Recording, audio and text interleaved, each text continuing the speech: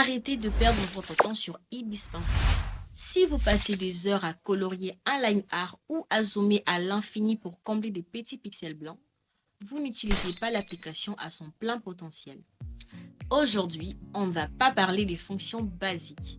On va décortiquer ensemble les outils cachés et les raccourcis que les pros utilisent pour diviser leur temps de travail par deux, tout en gardant un rendu webtoon ou illustration incroyable.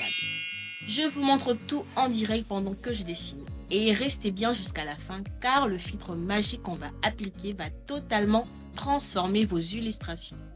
Si vous êtes nouveau ou nouvelle sur la chaîne, je vous souhaite la bienvenue sur Star Image. Sans plus tarder, on va commencer. C'est parti!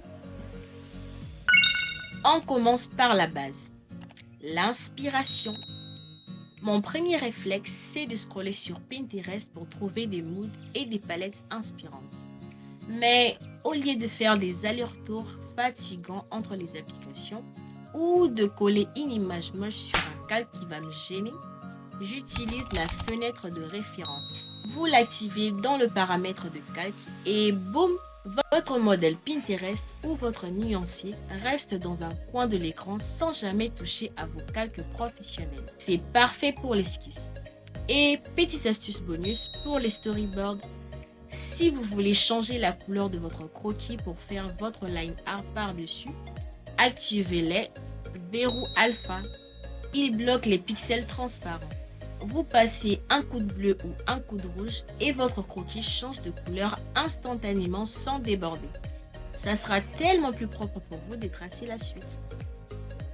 D'ailleurs, en parlant de tracer, vous me demandez souvent en commentaire comment j'ai fait pour avoir un rendu propre et fluide sur un de mes dessins. Les secrets, c'est que j'ai configuré mes propres pinceaux sur l'application pour éliminer les tremblements. Je vous ai d'ailleurs partagé mon mini pack de pinceaux fluides que j'utilise sur Star Image. Les liens sont juste en description si vous voulez avoir exactement le même rendu. Une fois mon line art terminé, on passe aux aplats. Oubliez le pot de peinture classique qui laisse des petits pixels blancs horribles près des traits. On va activer la fonction qui est la reconnaissance des lacunes. Même si votre line art a des petits trous, l'application comprend où s'arrêtent les lines. Et pour les zones complexes comme les cheveux ou les vêtements, j'ai dégaine mon outil favori qui est le lasso de remplissage. Dans les outils spéciaux, vous cliquez, puis vous encerclez la zone à la volée, vous lâchez le stylet et c'est rempli à 100% sans aucun trou. Au moins là, on vient déjà de gagner 20 minutes de travail. Maintenant, l'étape cruciale, les ombres. C'est là que beaucoup s'en mêlent les pinceaux entre les verrous alpha et le masque d'écrêtage. Si l'anatomie ou la théorie des couleurs vous font peur, pas de panique, j'ai tout résumé étape par étape dans mon guide digital dispo sur la boutique. Retenez simplement ceci. Le verrou alpha modifie directement votre calque d'aplat. C'est parfait pour recolorer votre line art par exemple. Mais pour les ombres, écoutez, utilisez le masque d'écrêtage sur un nouveau calque au-dessus. Pourquoi? Parce que si vous loupez, vous pouvez effacer sans détruire votre couleur de base. Pour rendre ces ombres pro, on change le mode fusion en multiplié. Ça fusionne naturellement votre ombre avec la couleur du dessous sans faire un effet sale. Pour le coup de grâce, les reflets des lumières dans les yeux ou les bijoux, créez un calque tout en haut, passez-les en mode ajouter. Prenez une couleur vibrante et lumineuse et regardez cet éclat. Ça donne immédiatement ce côté magique et professionnel.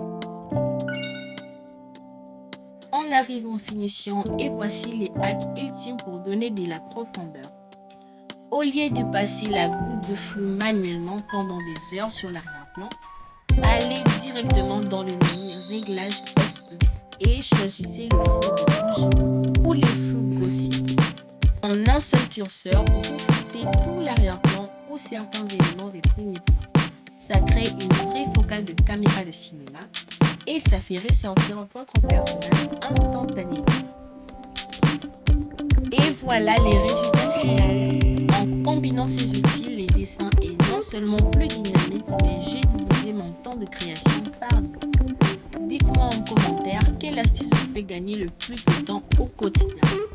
Si vous voulez tester tout ça avec mes propres ressources, mes pinceaux fluides, la palette de couleurs Sensitive Peach ainsi que mes guides complets, vous attendent directement en bas de la description.